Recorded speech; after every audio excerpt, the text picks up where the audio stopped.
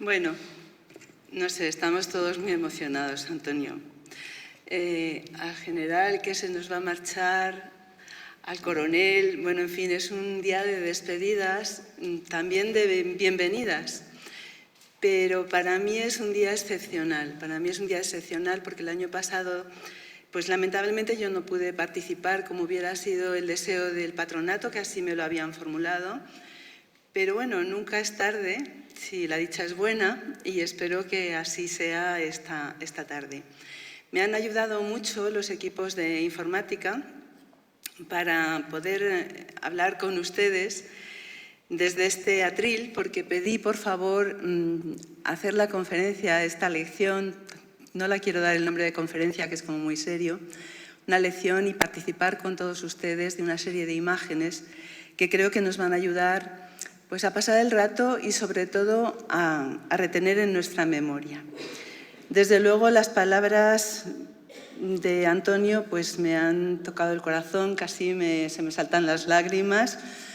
Son muchos años los que llevamos a las espaldas. Hemos celebrado una ceremonia religiosa donde se nos ha hablado de que estamos en este mundo de paso y que no tenemos que asustarnos ante lo que nos espera en el próximo, porque va a ser mejor que lo que este nos da, que este ya nos da muchas cosas buenas y que en principio todos pensamos que es difícil superar lo que la vida nos ofrece.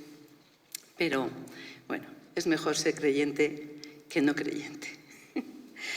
Pues voy a empezar a pasarles una serie de imágenes que he estado preparando a lo largo de estos meses de atrás.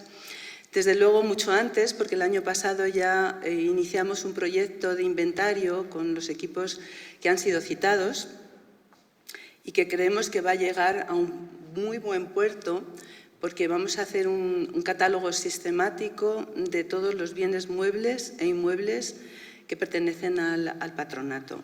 Y como todo catálogo e inventario, pues terminará siendo proyectos de conservación y de difusión. Me han dicho que no me intente girar, que ustedes lo ven muy bien y yo, aunque tenga papeles sobre el atril, pero también lo veo. Estamos en un escenario privilegiado. Todos los que venimos esta tarde, creo que simplemente por el hecho de estar aquí ya nos consideramos privilegiados, pero tenemos una imagen del Alcázar que no concuerda quizá con el tiempo del cual yo voy a intentar ahora hacerles un panorama. Pero sí es cierto que los arqueólogos, los arquitectos, arqueólogos que nos han precedido, a mí en este caso, en el patronato, pues nos dan, en estas imágenes nos ofrecen una vista de cómo fue este Alcázar mucho antes de la actual imagen que ya es del siglo XVI, porque es a Felipe II a quien debemos la imagen icónica del Alcázar. Este castillo, esta fortaleza, fue la elegida por la corte de Trastámara, los últimos monarcas de la monarquía de Trastámara, como la sede de la autoridad regia, de la corona y de algo muy importante que era el tesoro de la corona de Castilla, el tesoro de los reyes. Se había decidido que el lugar principal donde podía depositarse como una custodia permanente y además con garantías de que no fuera pues salteado ni que se perdiera, era este edificio. Esto hizo que los monarcas de Trastámara del siglo XV, en este periodo que se conoce como Edad Media, eligieran el Alcázar como escenario principal de la monarquía, del poder de la corona, de la autoridad regia, tanto en el ámbito arquitectónico como en el institucional y simbólico. Ellos iniciaron un proceso de reconstrucción muy importante que afectó a lo que se llama la Galería del Cierzo, la Galería Septentrional, que es donde nos encontramos, tanto de remodelación y ampliación de estas estancias, que es la crujía del Palacio Mayor, como la adaptación a las necesidades de lujo y ostentación en un progresivo proceso de enriquecimiento. Eso supuso no solo la ampliación del Alcázar, sino la importancia de la ciudad que creció exponencialmente junto con el Alcázar. La predilección por Segovia supuso la transformación de la ciudad en una de las más emblemáticas del poder real, la más sobresaliente entre las ciudades, villas y lugares del reino. Las crónicas así nos lo relatan. Ciudad ennoblecida extremada y ricamente, siguiendo a ella el rey don Enrique aficionado. En los edificios reales, así de su alcázar como de los monasterios de ella, como de las muchas casas grandes y menores que en ella en poco tiempo se fraguaron. Cosa maravillosa es ver esta ciudad a lo que de antes era. Estos son crónicas coetáneas al momento en el que nos estamos centrando. Si queremos hacer arqueología, antes hemos visto una imagen de José Miguel Merino de Cáceres, de ese castillo medieval. Si nosotros hacemos arqueología visual, solo tenemos que bajar a la ribera del Eresma en una noche de luna nueva. De manera que las techumbres, los pináculos empizarrados del Alcázar desaparecen en la noche y lo único que veremos será la parte de piedra, como la que hemos visto en esa reconstrucción medieval que nos dejó José Miguel Merino de Cáceres. Esa es una foto que he tomado yo, no tiene mayor valor. Y esta es una vista posterior, es ya del siglo XVI, pero es una de las vistas más conocidas de Segovia. Se encuentra en un museo en Inglaterra, en Oxford, y realmente nos da una visión perfecta de cómo se asombraban los coetáneos de ese crecimiento que había tenido la ciudad en este periodo, en el que los reinados de Juan II, Enrique IV e Isabel de Castilla se suceden. El capellán que nos ha dicho en la misa, cuando me ha preguntado por lo que iba a hablar y le he dicho que iba a hablar de estos 4 reyes, dice, pues toda la familia. Efectivamente, Juan II fue el padre de Enrique IV, pero también de Isabel de Castilla. Como preconizaba Aristóteles, es muy importante para el ser humano, el hombre no entiende de nada sin el apoyo de las imágenes. Esas son frases que en latín a las imágenes las llaman fantasmata, pero Aristóteles en su De Anima hablaba de la potencia de la memoria, que es una de las potencias del alma, y la considera una parte sensitiva, se apoya en los sentidos. Para ayudar a hacer una conferencia, en el caso del arte, solemos utilizar siempre imágenes. Las imágenes nos ayudan a llevar el discurso y las imágenes nos ayudan a memorizar. Aunque son retratos muy, muy conocidos, no estoy presentando ante el público más experto nada nuevo, pero sí son muy significativos de estos 3 monarcas que hemos citado. Juan II está representado en un retrato arquetípico, no tiene mayor valor como representación de su imagen, más que heráldico. Pero esto está incorporado a un álbum que se llama El Armorial de la Orden del Toisón de Oro. Se conserva en la Biblioteca Nacional de Francia. Se hizo entre 1430 y 1460, es decir, las fechas en las que estamos centrados en estos momentos. Y Juan II había alcanzado una preponderancia muy especial sobre el resto de las cortes europeas, porque en el Concilio de Basilea envió a Alonso de Cartagena como su representante. Y Alonso de Cartagena hizo un discurso en latín y en castellano, era bilingüe, no como algunos de nosotros. Antes se quejaba Antonio de sus dificultades, todos las tenemos. Alonso de Cartagena hizo un discurso que llamó de preeminencia, en castellano, sobre la preeminencia de la corte, de la corona de Castilla, sobre el resto de las coronas europeas. Y fue aceptado por todos los asistentes, que eran numerosísimos, y sobre todo sobre la inglesa. Eso queda demostrado en este dibujo, donde él no tiene un rostro. Arriba pone Rey de Castilla y va revestido con una sobrevesta con las armas de Castilla-León, incluso las gualdrapas del caballo. Además coincide con la batalla de la Higueruela, una batalla para el Alcázar muy importante, porque Juan II encargó una imagen de la Higueruela que se hizo en una sarga, en grisalla, de casi 14 metros, que se conservó en el Alcázar hasta que Felipe II se la llevó al Escorial para servir de modelo a sus pintores. sin decir nada sobre el trasiego de la batalla y de la sarga, quiero citar este otro retrato de su hijo, el hijo de Juan II y María de Aragón, que es el de Enrique IV. Es un retrato heroico. Aparece con una iconografía similar a la de Santiago, porque está celebrando su victoria ya no sobre la higueruela, que fue la de su padre, sino sobre la de Jimena. Y todos los que conocen el Alcázar saben que en el Salón del Solio o el Salón del Trono, una inscripción, como las muchas inscripciones, porque este es un palacio elocuente, tiene información escrita y simbólica que sin necesidad de un guía ni de una audioguía casi nos va contando su propia historia, es elocuente. Pues en esa elocuencia el rey aparece como si hubiera ganado una batalla importante sobre los enemigos que están a los pies de los caballos, en una imagen similar a la de Alejandro Magno, tal como lo cita otro de sus cronistas, Alonso de Palencia. Esto es un dibujo también incorporado a la obra de Cartagena, de Alonso de Cartagena. Es la genealogía de los reyes de España, que se conserva en la Real Biblioteca del Palacio de Madrid y que ha servido de modelo a Carlos Muñoz de Pablos, que nos acompaña y que es una alegría tenerle siempre cerca, porque él fue quien sobre esos dibujos realizó las numerosas vidrieras que cierran los vanos de esta crujía norte, que fue ampliada en la época de Juan II y Enrique IV. Este retrato todavía es más conocido quizá que los anteriores y ha sido muy denostado porque en principio va vestido con una indumentaria que no parece la que correspondería a un rey. Bueno, pues siento defraudarles, porque esta indumentaria, que es tan sencilla y que formaba parte de la forma de entender el mundo de Enrique IV, era muy rica, eran paños de primera calidad. Todos esos paños oscuros que lleva se hacían, como ha recordado Antonio, en Segovia. O sea que él promocionó la industria segoviana.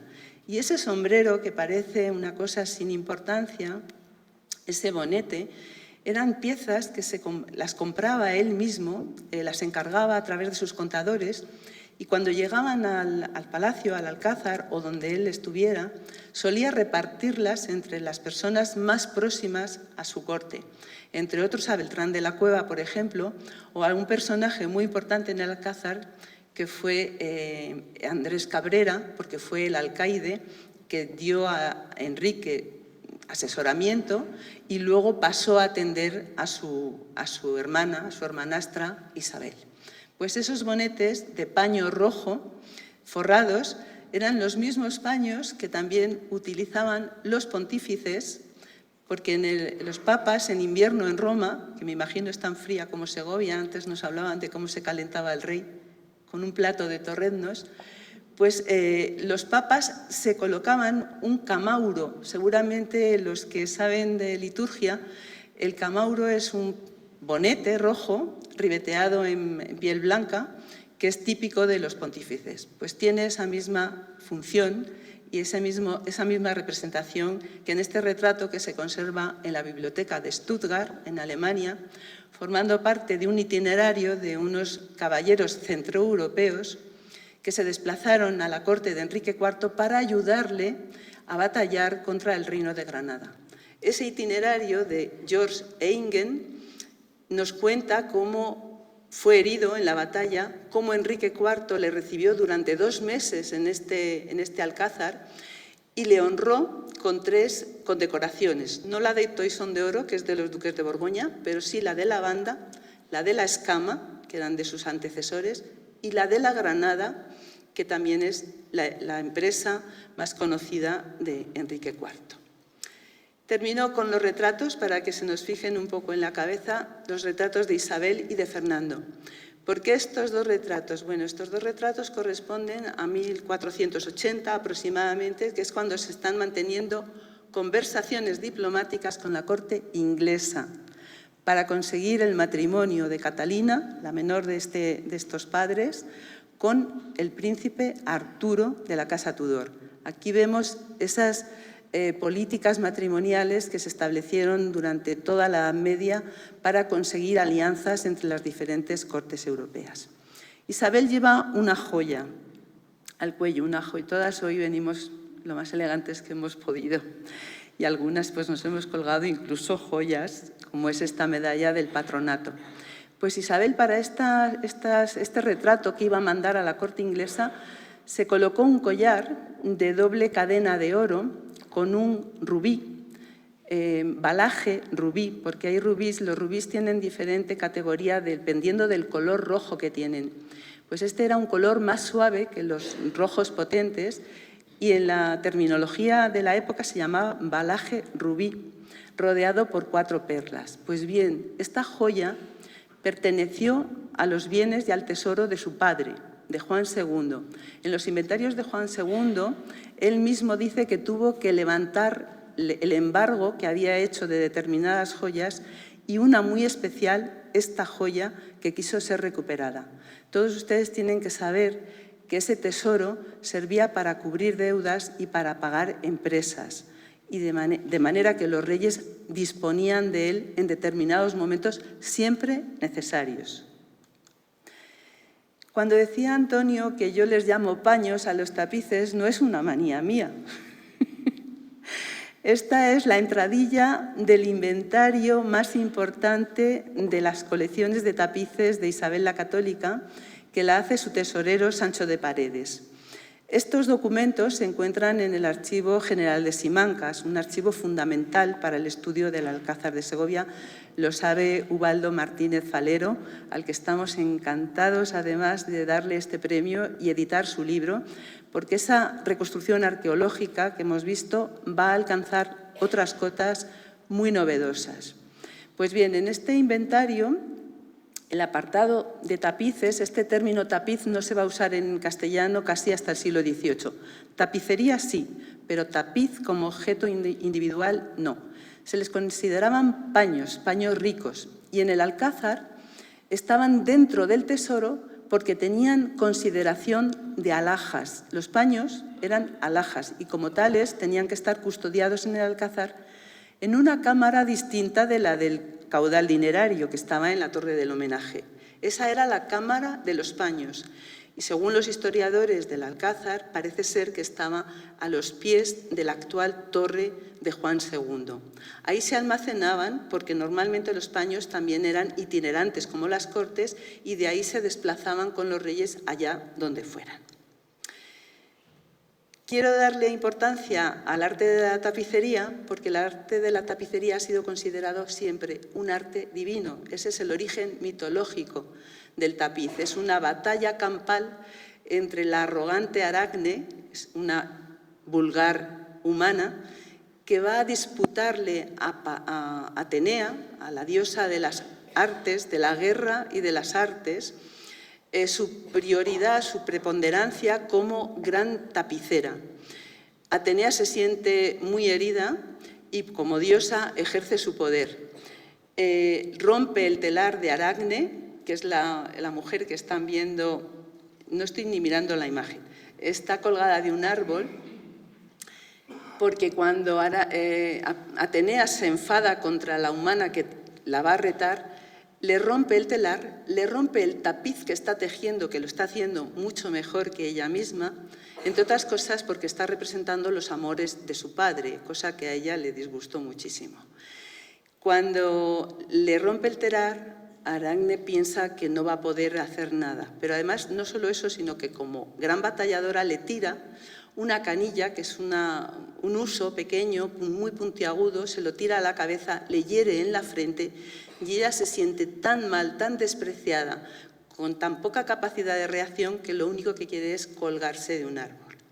En ese momento Atenea se apiada de ella. Todo esto está en las Metamorfosis de Ovidio, o sea, son fábulas que cuentan cómo es el origen del hombre, de sus aspiraciones y de sus luchas internas. Pues en ese momento Atenea se apiada de ella y la convierte, la transforma, la metamorfosea en una araña. Las arañas que veamos son aracnes transformadas en un animal. Pero el origen industrial no es tan fantástico. El origen de los tapices industrial viene de Arras, por eso paños de ras. Es un término que quiere decir que ese tapiz ha sido tejido en una ciudad llamada Arras. Por eso Arazzi en italiano En húngaro también se habla de Aratzi, en español o en catalán, drap de ras. Pues esta es la ciudad, son dos vistas, una en blanco y negro y otra en color, de la ciudad de Arras. Son ciudades de picardía. Eso corresponde, está entre Francia y Borgoña. Y fueron las dos ciudades donde se tejieron los tapices de mayor calidad para los duques de Borgoña. La etiqueta borgoñona sirvió de modelo a todas las etiquetas europeas y los tapices fueron elegidos como principales obras. Estos son planos antiguos y más modernos sacados de Wikipedia, donde se ve Arras y Tournai, estas dos ciudades que se van a turnar en la producción, muy cercanas al paso de Calais. Y el puerto por donde expedían todas estas obras valiosísimas era el puerto de Brujas, donde tenía sede el consulado de la nación española o castellana, que venía a ser lo mismo. Allí estaban los comerciantes. Juan II y Enrique IV firman una serie de convenios comerciales favorables para los comerciantes de Burgos, de Valladolid y de Segovia, y allí tenían su sede en un edificio próximo al puerto para poder enviar los tapices. Los historiadores de Arras lo que dicen es que si alguien quiere comprarse algo, que se vaya a Arras. Y este es Martín Lefranc, que nos cuenta eso en este libro del Champion de Dames, que se lo dedica a Felipe el Bueno de Borgoña. Como está el director de la fábrica, quiero aprovechar para decirle que sin su permiso he usado estas imágenes de uno de los días que fui, no yo sola, fui con mi familia.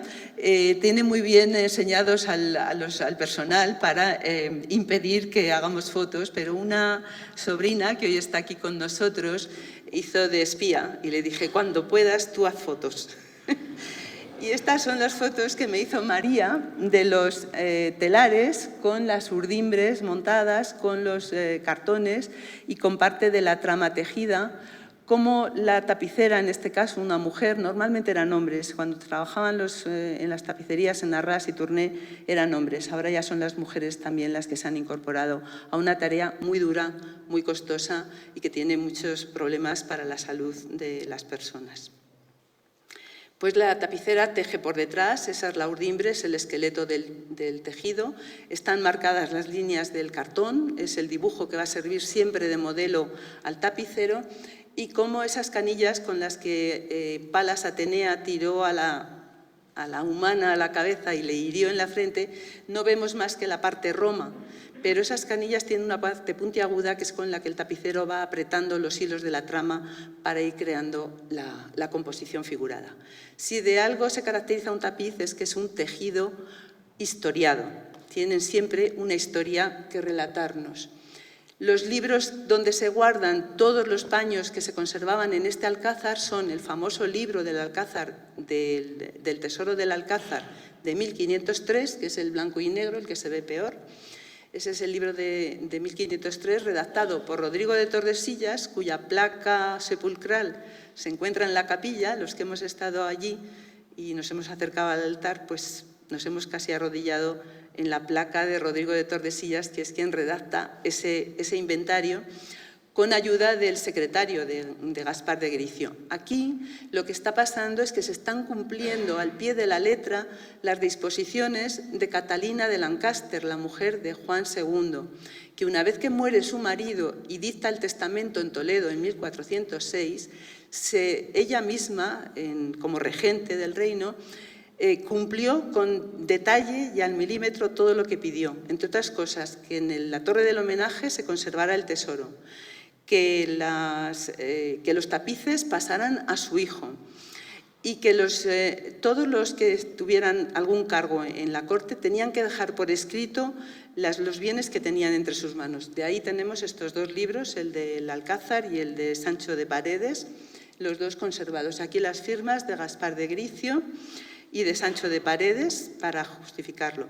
Y esto es una cosa que he metido porque me hizo mucha ilusión trabajando en la conferencia que uno de los discos de heavy metal de esta banda británica se titulara Escrito en el muro, porque realmente lo que estamos haciendo aquí con los tapices es escribir sobre los muros, igual que todas estas inscripciones que vemos en el Salón de Reyes, y son las que nos cuentan elocuentemente con sus imágenes lo que no sabemos descifrar.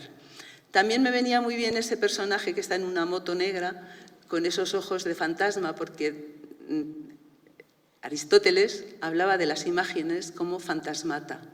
De manera que aquí ya paso a los tapices que creo pudieron ser los mismos que tuvo el Alcázar y de los cuales casi ninguno se conserva. Están en colecciones extranjeras. El primero, uno que le regalan a Juan II, un obispo, el obispo de Ávila y después arzobispo de Sevilla. Los regalos eran una costumbre que formaba parte de toda esta ceremonia y etiqueta. Los reyes regalaban a los hijos, los reyes regalaban a los cortesanos, los sombreros que he dicho, esos casquetes que regaló Enrique IV, les regalaban tapices. En este caso, Alonso de Burgos pues, regaló la astrología a Juan II, un paño excepcional que se conserva en la Catedral de Toledo, donde vemos el hemisferio norte y el hemisferio sur con los signos del zodíaco, la filosofía y la astrología como parte de los conocimientos fundamentales del trivium y el quadrivium, que eran los que se utilizaban, ni la ESO, ni otras cosas, en estas fechas. Otro de los paños se conserva en Glasgow, en Escocia. Es una colección de uno de los grandes coleccionistas, William Burrell, que compró en Europa la mayor parte de las colecciones que tiene de tapices. Uno de ellos es este de Hércules, que es otro de los héroes que los reyes tomaban como referente. No solo Hércules, ya aquí empezamos a tener mujeres también incorporadas a las escenas. Y miro a María, porque María sé que es una entusiasta de estas literaturas femeninas y feministas que aparecen ya en la Edad Media. Las mujeres que aparecen con Hércules son las amazonas, son sus antagonistas. Son unas mujeres que le van a volver bastante loco porque finalmente se enamorará de casi todas y sus compañeros del resto de las amazonas, pero lo que tenía era que vencerlas y ellas no se dejaron fácilmente vencer. Pues ese era uno de los paños. Otro que formaba parte de esta serie de amazonas es esta especie de preparación para el torneo de las propias amazonas. La reina es Oritia, aparece arriba debajo de unas balconadas, el resto son sus hermanas, y están preparadas para luchar contra Hércules y sus compañeros. Fue tan importante este tapiz que la propia Isabel la Católica le destinó a su cámara. Y son algunas palabras que veis. Hemos pensado esta mañana que íbamos a quitar todos los textos para ser más breves. Voy a intentarlo, Iñaki, voy a ir más deprisa. Pero en este caso decidimos dejarlo porque es una historia de ciertas dueñas estantes. Estantes significa que están de pie. Muchas veces no se citan los temas, aunque previamente a esto se hablaba de un paño grande de las amazonas, pero ella elige uno de mujeres estantes para su cámara. No he elegido muchos paños religiosos, pero uno muy importante que sí se sabe que estuvo en el Alcázar es el paño de los 7 sacramentos. Ahora se encuentra, oiréis museos, hemos oído Glasgow, el de las mujeres, el de las amazonas está en Boston, este paño está en Nueva York. Son los 7 sacramentos, son las premoniciones, bueno, son los sacramentos de la Iglesia y las analogías en el Antiguo Testamento. Aquí tenemos, por ejemplo, el matrimonio y están Adán y Eva. Este es Dios Padre con Adán y Eva y abajo pues está celebrando un matrimonio. Este paño está cortado en fragmentos, se le ha reconocido en los inventarios porque se cita como 7 sacramentos con los textos en negro en el centro. Eso viene en estos inventarios que nos permiten luego localizar las piezas. Este tapiz estuvo en este alcázar probablemente como parte de la liturgia de la capilla. Se colocaba en 2 alturas, como luego se colocarán en el barroco, por ejemplo, en el monasterio de las Descalzas Reales, los tapices de Rubens. Y este tapiz no fue vendido a la muerte de Isabel. Saben todos ustedes que cuando muere Isabel en 1504 se hace una almoneda de todos los bienes para cubrir las deudas del reinado. Ahí prácticamente desaparece la colección de tapices. Este fue señalado por la reina para llevar a su enterramiento y Fernando lo va a llevar a la Capilla Real de Granada. Allí estuvo hasta el siglo XIX. En el siglo XIX, un pintor muy importante, a ver si no se me va la cabeza, bueno, me vendrá. Estuvo instalado en Granada y cuando vio que la Capilla Real de Granada lo iba a vender, los compró y finalmente, a su muerte, los vendieron en París en 1888. Los americanos estaban siempre, era Mariano Fortuny, perdonen mi lapsus total. Mariano Fortuny estuvo como pintor establecido en Granada y cuando vio las ventas que iba a hacer la capilla por objetos en desuso, adquirió muchísimas de ellas, las tuvo en su taller. Y después, a su muerte, los herederos finalmente las vendieron. Bueno, pues ahora este tapiz se encuentra en el Metropolitan de Nueva York. Alejandro es otro de los modelos que sirven como parangón a los monarcas, como un gran conquistador. Además, en este paño aparece en una escena donde sube al cielo, es la primera ascensión prácticamente a la luna, está en el centro, en una jaula con unos grifos que son los que le van a llevar hasta el séptimo cielo, pero también quiso hacer prospecciones submarinas y a continuación está en una tina de cristal y sus capataces, sus generales, le están empujando para que pueda observar los fondos siderales. Pues este tapiz fue adquirido por Enrique IV y formó parte de las colecciones hasta que se queda con él en la almoneda de Isabel el mismo Fernando el Católico. El hecho de representar fábulas es porque nos está inspirando en Quinto Curcio, que es la obra importante clásica sobre la vida y hechos de Alejandro, sino sobre otra serie de libros que son fantásticos, como los de Jean Boquelin, que es una traducción ilustrada por él con estas escenas de ascensión a los cielos e inmersión en los fondos. Hay veces que los inventarios no son muy explícitos, pero resulta que las crónicas nos dicen cuándo los usaban los tapices. Pues tenemos que la crónica de Enrique IV nos relata cómo en 1459 Enrique elige los tapices de Nabucodonosor para decorar una gran sala donde va a celebrar la Navidad en Escalona. Esta es la inscripción que aparece de Miguel Lucas de Iranzo, que es el condestable de Enrique IV. Volvemos a las mujeres sin tapiz. Entre las colecciones había un tapiz sobre Griselida, que era una mujer muy importante en esos momentos porque reflejaba el valor de las mujeres, las capacidades femeninas que se habían cuestionado por algunas literaturas misóginas como el Corbacho, Pero hay dos autores importantísimos de la corte de Juan II que son Álvaro de Luna y Diego de Valera. Y ellos hablan de las mujeres modélicas, entre otras esta mujer, Griselida, que tenía tapices aquí, había tapices inspirados sobre su historia, porque fue paciente, es la paciente Griselida. Hay un aria de Cecilia Bartoli que es magnífica, de Vivaldi, sobre este personaje femenino, que tiene un dilema moral gravísimo porque tiene que dividir sus atenciones respecto a su padre y respecto a su esposo. No quería dejar de ponerla, sobre todo para recordar a los escritores de la corte de Juan II.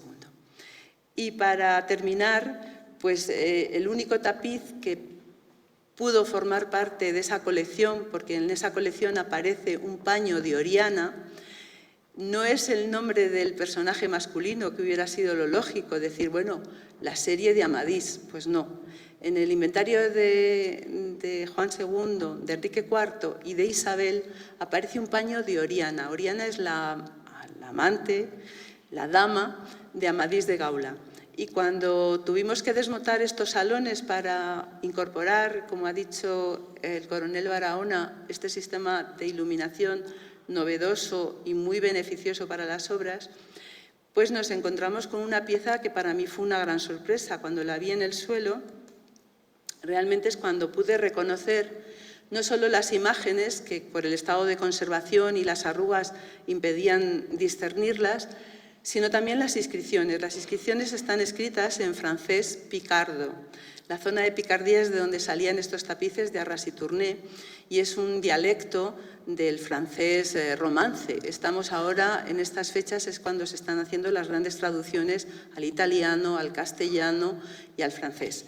Bueno, pues estas inscripciones, aunque no se leen con mucha facilidad, reflejan cómo era la caligrafía del momento, de los manuscritos, que se hacían con pluma de oca, y por eso los rasgos de las letras son como muy geométricos y terminan con algunos trazos lineales que unen unas letras con otras. No hemos conseguido, yo todavía no he conseguido leer perfectamente todas las estrofas, los versos de estas estrofas, pero sí hay determinadas palabras que me llevaron a entender las escenas. Empieza, lo digo en castellano, cuando la madame vio, se asombró. Más adelante hay algunas palabras que hablan de la espada y del caballero, y más adelante otras que hablan de los tocados de flores. De manera que me llevaron al Amadís de Gaula y a varios capítulos de la obra de Amadís, muy anteriores a la que todos conocemos, de Garci de Rodríguez de Montalvo, que es el primero que edita el Amadís en castellano en 1508. Esto es de 1470-1490. Y los historiadores de la literatura, como Martín de Riquer, saben que hubo un primitivo Amadís en francés que no ha llegado a nuestros días, de manera que nos encontrábamos con un tapiz del que nadie sabía nada, que ha llegado a nuestros días, de una novela de Amadís de Gaula en francés, de la que nadie sabe nada más que existió en francés, y unos textos franceses aún cortados, y personajes vestidos con las armaduras del siglo XV, como es este caballero, que se ve muy mal porque todavía no tenemos la definitiva, todavía no hemos restaurado el tapiz, pero todo llegará. Se ve un caballero armado con armadura del siglo XV, con escarpines puntiagudos, otro que está sujetando una espada en una actitud un tanto forzada, y una espada que además también tiene unas letras. Cuando yo leí las letras, yo ya con la emoción ya leía hasta Amadís. Dije, uy, pone Amadís, Amadís, qué bien. Pues no, no pone Amadís, es una palabra dividida en dos por la espada, pone mirades, y es admiraos, contemplad lo asombroso que es que Amadís pueda extraer de su vaina la espada. Es el único caballero que lo va a poder hacer. Y las mujeres van a tener que salir a las galerías del palacio, un palacio que está en una ciudad inglesa, pero que en el texto castellano se llama Vindilisora. Vindilisora es Windsor. Y el lugar donde se desarrollan estas aventuras de Amadís es en Inglaterra, en Gaula, en Gales, que es la patria de Amadís de Gaula, que no es de las Galias, no es francés, más bien es británico. Bueno, pues estas son las damas de la corte de Oriana que se asoman a los balcones para ver eso que nos pide la espada. Admirad esto. Y todas tienen tocados, voy a ir muy deprisa, que son típicos de la indumentaria de este momento femenina. Aquí veis algunos retratos de María de Borgoña con el enequín, que es este sombrero puntiagudo como las torres de nuestro alcázar, con estas blondas que caen por la espalda y que eran típicos de esas fechas en Borgoña. O el enequín truncado, en este retrato de Van der Weyden, del taller de Van der Weyden, o los tocados en forma de cuerno, que tiene, por ejemplo, Isabel de Portugal, que es la esposa de Felipe el Bueno, con quien Juan II y Enrique IV firmaron tantos tratados comerciales. O esta otra cofia redonda, que se llama crespín, que es típica también, por ejemplo, de María de Borgoña, que está en este retrato de familia con Maximiliano de Austria, Felipe el Hermoso y los hijos de Felipe el Hermoso, Fernando, Carlos V en el centro, y el primo, que es Luis Jagellón de Hungría. Y solamente voy a leer al final estoy terminando, Iñaki. No, que sé que tenemos prisa. Además hay luego un agape que va a estar muy bien. Bueno, pues voy a citar, hablábamos de Aristóteles, de la memoria, de las imágenes, pero también la música fue igual que en estos salones tendríamos que verlos con otra luz, con otra ambientación, con tapices incluso, también había música, también había olor. En este momento, si la memoria es parte sensitiva del alma, los sentidos jugaban una baza fundamental en la comprensión de estas obras. La música y los olores. Había sahumerios en todas las habitaciones. Se sabe que eran muy dados a comprar también perfumes. Perfumes, incluso hay ahora agua de Sevilla. Bueno, pues Isabel y Fernando compraban perfumes de Sevilla para ambientar estas salas. Y la música que Rodrigo Sánchez de Arévalo, en el Vergel de los Príncipes, que es un tratado de educación de Enrique IV, le anima a aprender música, porque la música es un arte liberal. Antes hablaban, Antonio, de las artes industriales, artes menores, artes decorativas. En realidad las artes son todas artes mayores. Y también decir que la música era un antídoto contra la tristeza, porque recreaba el alma, distraía el espíritu. Y voy a leer una frase de otra novela de caballerías de la época, que era El Palmerín de Inglaterra, que dice: los palacios estaban colgados de tapicería muy rica, de historias alegres, por alegrar los corazones tristes de que entonces la corte estaba poblada. Muchas gracias.